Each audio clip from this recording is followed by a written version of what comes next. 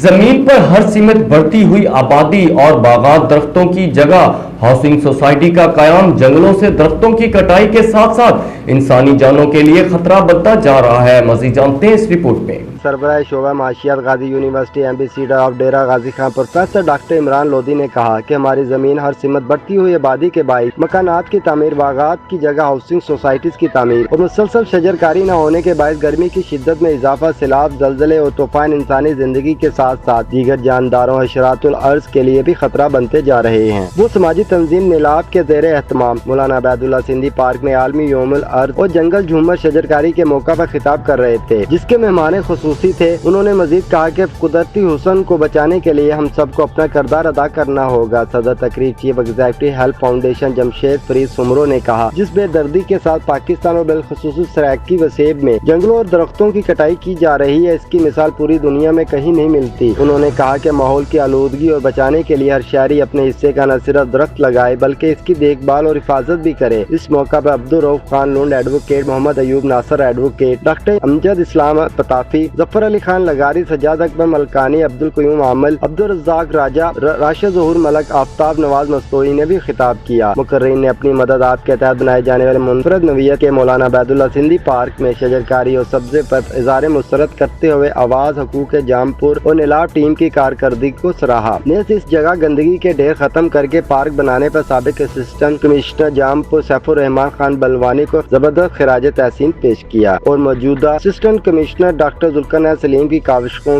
کی سراہا۔ قبل ازیں تمام شرکا نے علاقائی جھومر میں حصہ لیا اور ڈھول کی تھاپ پر 200 سے لگ بھگ سایہ دار پھلدار پودے لگائے۔ تقریب میں سرکاری محکموں کے آفیسر، وکلاء، پروفیسر، ڈاکٹر، انجینئر، میڈیا، سماجی تنظیموں کے نمائندگان، علماء و شعراء کرام اور غازی یونیورسٹی کے طلباء کی کثیر تعداد نے شرکت کی۔